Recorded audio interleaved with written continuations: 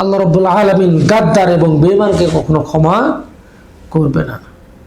কারণ হলো গাদ্দার এবং বেঈমান তারা সব সময় মানুষের কাছে কাছে থাকে এবং তার অন্তরের মধ্যে ঢুকে যায় এবং এমনভাবে মিশে যায় যে সে বুঝতেও পারে না যে তার সাথে এই ধরনের গাদ্দারি বেঈমানি করতে পারে। এই জন্য প্রতারণা, ধোঁকাবাজ, এই ধোঁকাকে আল্লাহ রাব্বুল আলামিন মেনে নিতে পারেন না, যার কারণে আল্লাহ রাব্বুল আলামিন ইহকালে এবং পরকালে তার জন্য কঠিন শাস্তির ব্যবস্থা রেখেছেন।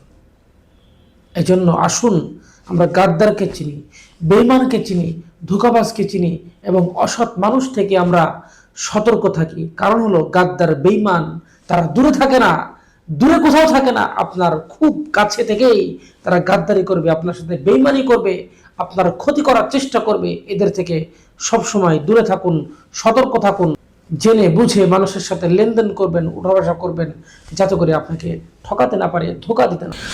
আল্লাহ রাসূল হাদিসের মধ্যে বলছেন, মান গসালা ফালাইসা মিন্না, যে ব্যক্তি ধোঁকা দিল, গাদ্দারি করলো, বেঈমানি করলো, ফালাইসা মিন্না, সেই জন্য আমার উম্মতি না। অর্থাৎ আল্লাহর রাসূল তার দলের অন্তর্ভুক্ত তাকে কখনোই করবেন না। এই জন্য গাদ্দার থেকে সাবধান এবং আমরা কখনোই মানুষকে ধোঁকা দিব না, কাউকে ঠকাবো না এবং কাউকে কষ্ট দিব না। আল্লাহ রাব্বুল আলামিন আমাদের সকলকে বুঝার তৌফিক দান করুক, আমিন। আসসালামু আলাইকুম ওয়া রাহমাতুল্লাহি ওয়া বারাকাতুহু।